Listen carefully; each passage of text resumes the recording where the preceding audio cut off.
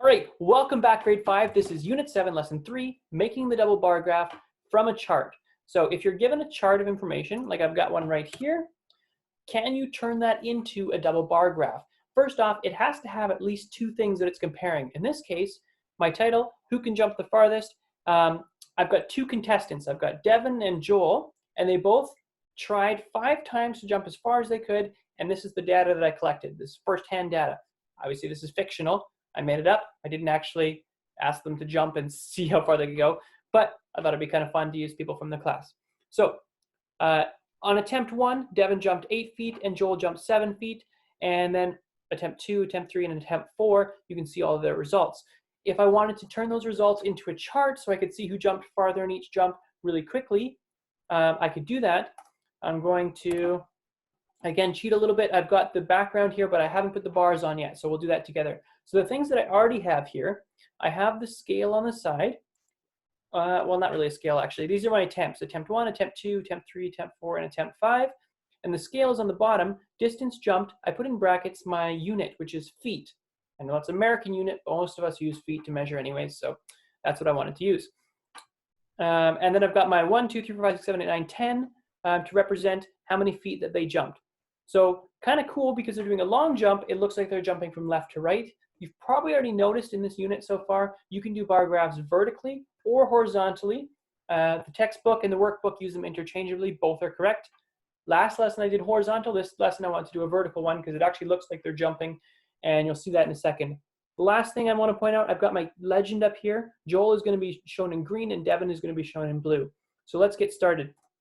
First off, on his first attempt, Joel jumped 7 feet. So I'm going to create a bar for Joel. He's going to go right to the 7-foot mark, right there. And Devin jumped a little bit farther. He jumped to 8 feet. So I'm going to go just a little bit farther so it lines up with my 8-foot marker.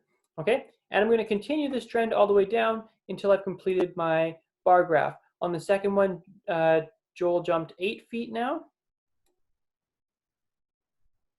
And Devin also jumped 8 feet on the second one. So they're matching on the second one. And you can see that really easily on the bar graph that they're the same length. And then on the third attempt, Joel jumped 8 feet again. So right to the same spot. Whereas this time, Devin had a bad jump. He only jumped 6 feet. Sorry, Devin. And for the last attempt, Joel jumped 9 feet. Got our record-breaking jump there. And Devin jumped 7 feet. Sounds like he's slowing down a little bit. Now, I just realized that on my graph here, I put a 5th attempt, and I didn't have that on my chart. So I could just go back and I could delete that if I wanted to. But that's all there is to it. So I've created a double bar graph using my chart. It's more visual. I can see my information really quickly. And the distance that the bar goes corresponds with the number from the chart. And that's what you want to do. So using this, you should be able to complete page 108 and 109 in your workbook and those textbook questions that I assigned as well for extra work.